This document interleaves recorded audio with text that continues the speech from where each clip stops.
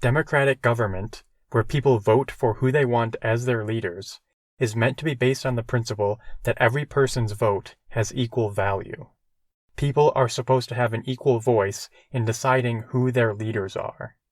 The practice of gerrymandering seeks to intentionally undermine this. Gerrymandering has been common practice throughout the history of the U.S., but in recent years, with political polarization reaching extreme levels, it has become increasingly important and contentious. Here, our goal will be to better understand gerrymandering, to see if it benefits one party over the other, and to answer the question of how much of an impact does it actually have. The problem of gerrymandering arises because of how voting districts are drawn. Every 10 years, when the census is conducted, new maps need to be drawn to adjust for changes in the population.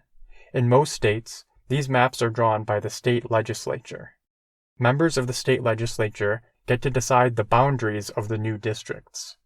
This includes the boundaries of their own districts, the districts that elect people to the state legislature, as well as the boundaries for congressional districts that elect people to the House of Representatives.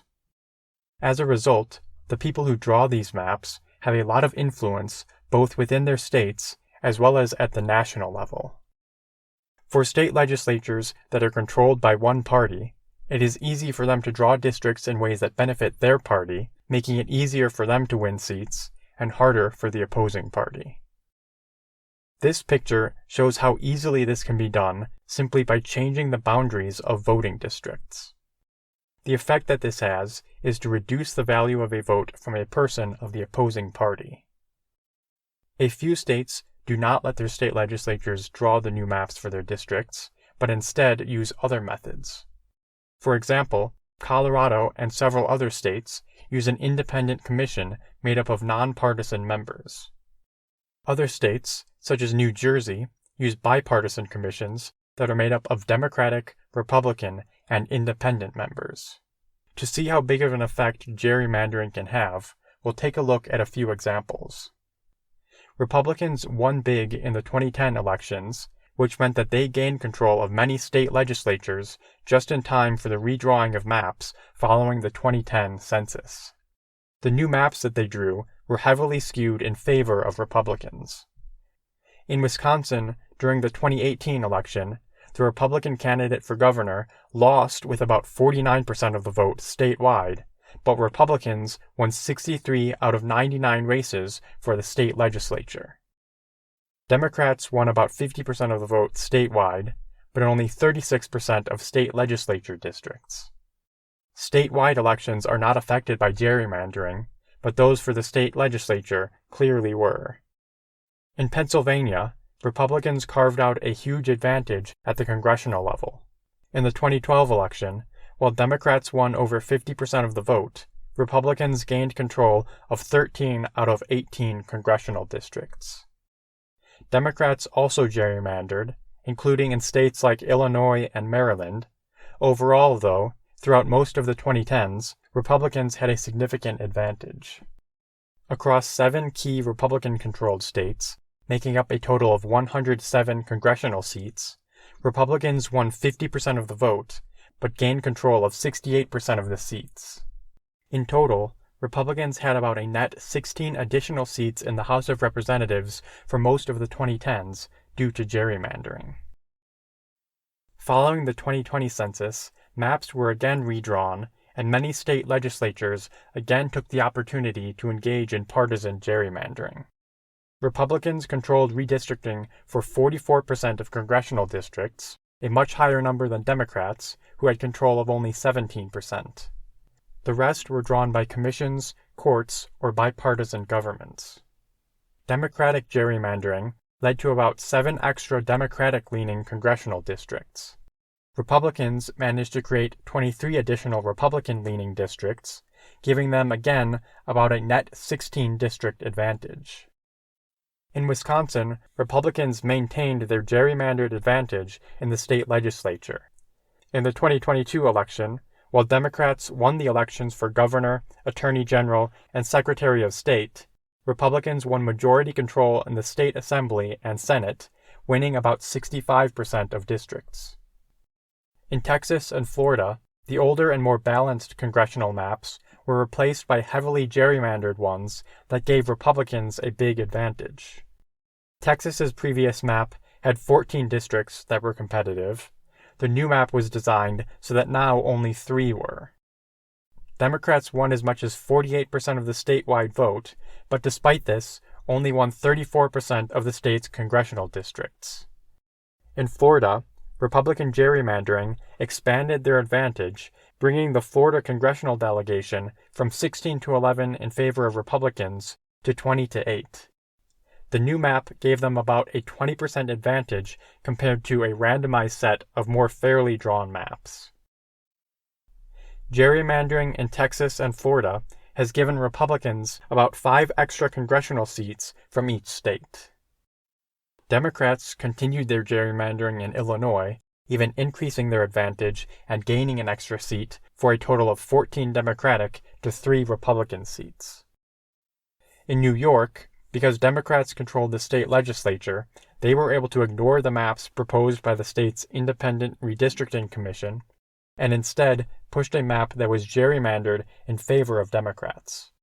This map, however, was struck down in state court and a new, more balanced map was implemented. A number of states have had their new maps challenged in court for various reasons. Some of these challenges have led to maps being overturned. In other cases, the litigation is ongoing. In North Carolina, the Republican-drawn map was challenged for being an unfair partisan gerrymander. The state's Supreme Court ruled that this violated the state's constitution, and a new map was put in place. In the 2022 election, Republicans and Democrats each won 7 congressional seats. Republicans, however, won 2 additional seats on the state Supreme Court. The new Republican majority court overturned the previous court's decision, which had the effect of legalizing partisan gerrymandering in the state. Republicans enacted a new gerrymandered map, which in 2024 led to 10 Republicans being elected to Congress and only 4 Democrats. As mentioned, Republicans have had about a 16-seat advantage in the House of Representatives due to gerrymandering. While both parties engage in gerrymandering, Democrats have gained fewer seats, in part because several Democratic-controlled states, such as California, Washington, and New Jersey, have adopted the use of nonpartisan or bipartisan commissions. A big part of why gerrymandering persists and continues to be such a significant issue is because of the Supreme Court. In a Supreme Court ruling in the 1980s, the court concluded that gerrymandering was a serious problem that could undermine the equality of citizens. But, because they could not find or agree upon a standard that they could use to regulate gerrymandering, no standard was adopted. They hoped that a standard would eventually emerge, one that would provide clear guidelines about when a gerrymandered map is violating voters' constitutional rights and should be struck down. In later Supreme Court decisions, however, the court could never arrive at such a standard, and increasingly moved toward the position that no standard could ever be reached.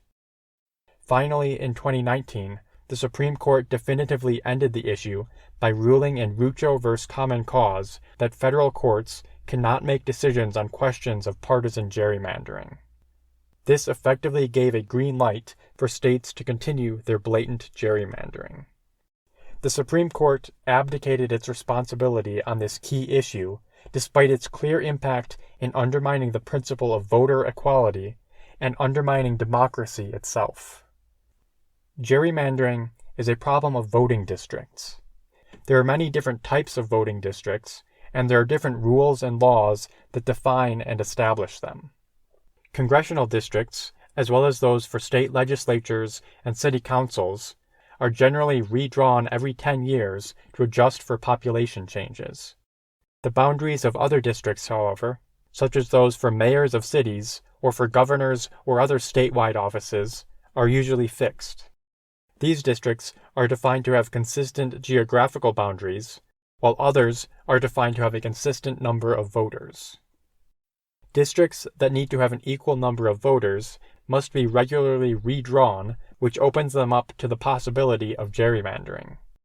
On the other hand, districts that use fixed geographic boundaries are not subject to gerrymandering, but they can lead to other problems.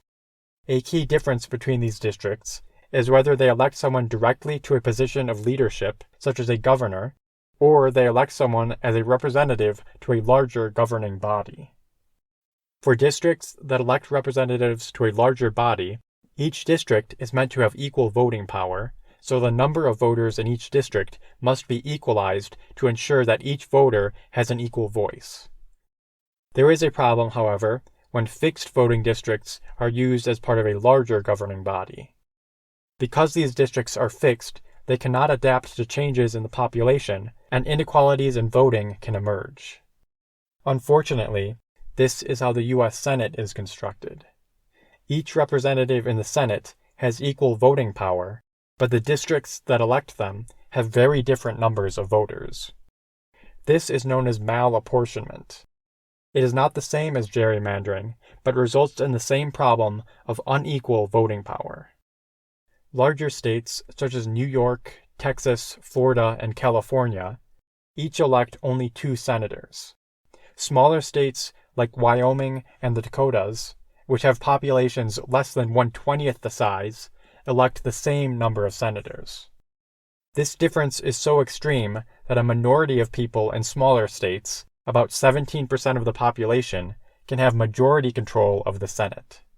Comparing the voting power of people in different states, a person in Alaska's vote has about 50 times more weight than a person in California.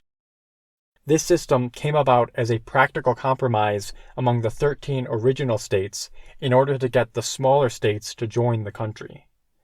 At the time this compromise was made, the difference in population between the states was much less dramatic than it is today.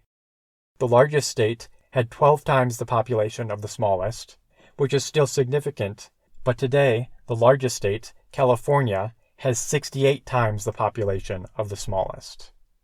This problem of Senate apportionment is made even worse because of the Electoral College. Representation in the Electoral College, which elects the president, is based on representation in the Senate and the House of Representatives. All of the inequalities of the Senate are brought over to the election of the president. Voters in smaller states have disproportionately more influence in selecting the president. The bigger problem with the Electoral College, though, and how it promotes democratic inequality, comes from how states award their Electoral College votes. Almost all states award their votes according to a winner-takes-all system. The candidate who gets the most votes gets all the state's electoral votes, regardless of how many people voted for the other candidate. This system, where states vote for the president and not people, results in a situation where millions of people are effectively disenfranchised. The votes of 6 million Republicans in California have no impact. Similarly, the votes of 4 million Democrats in Texas also have no impact. In all states around the country that are solidly Democratic or Republican, there are tens of millions of people whose votes don't matter. This creates a situation where presidential candidates ignore most parts of the country and only focus their attention on a few key swing states. This has a profound effect on how candidates present themselves, what issues they focus on or ignore, and ultimately what policies they adopt and how they act as president when they are elected. As a result, the priorities and concerns of millions of voters in non-swing states are often ignored. All of these issues, gerrymandering of the House of Representatives, malapportionment of the Senate, and the winner-takes-all system of the Electoral College, undermine a key principle of democracy. They undermine the idea of democratic equality, which is essential for democracy. Without democratic equality, and everyone feeling that their vote matters and has equal value, democracy cannot function properly.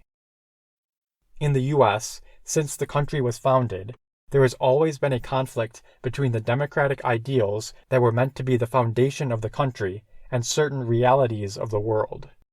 Many of these conflicts were eventually resolved, but today there still remain some serious issues that threaten these ideals. The country still has work to do to fix these problems in order to bring it closer to the ideals that it was meant to uphold.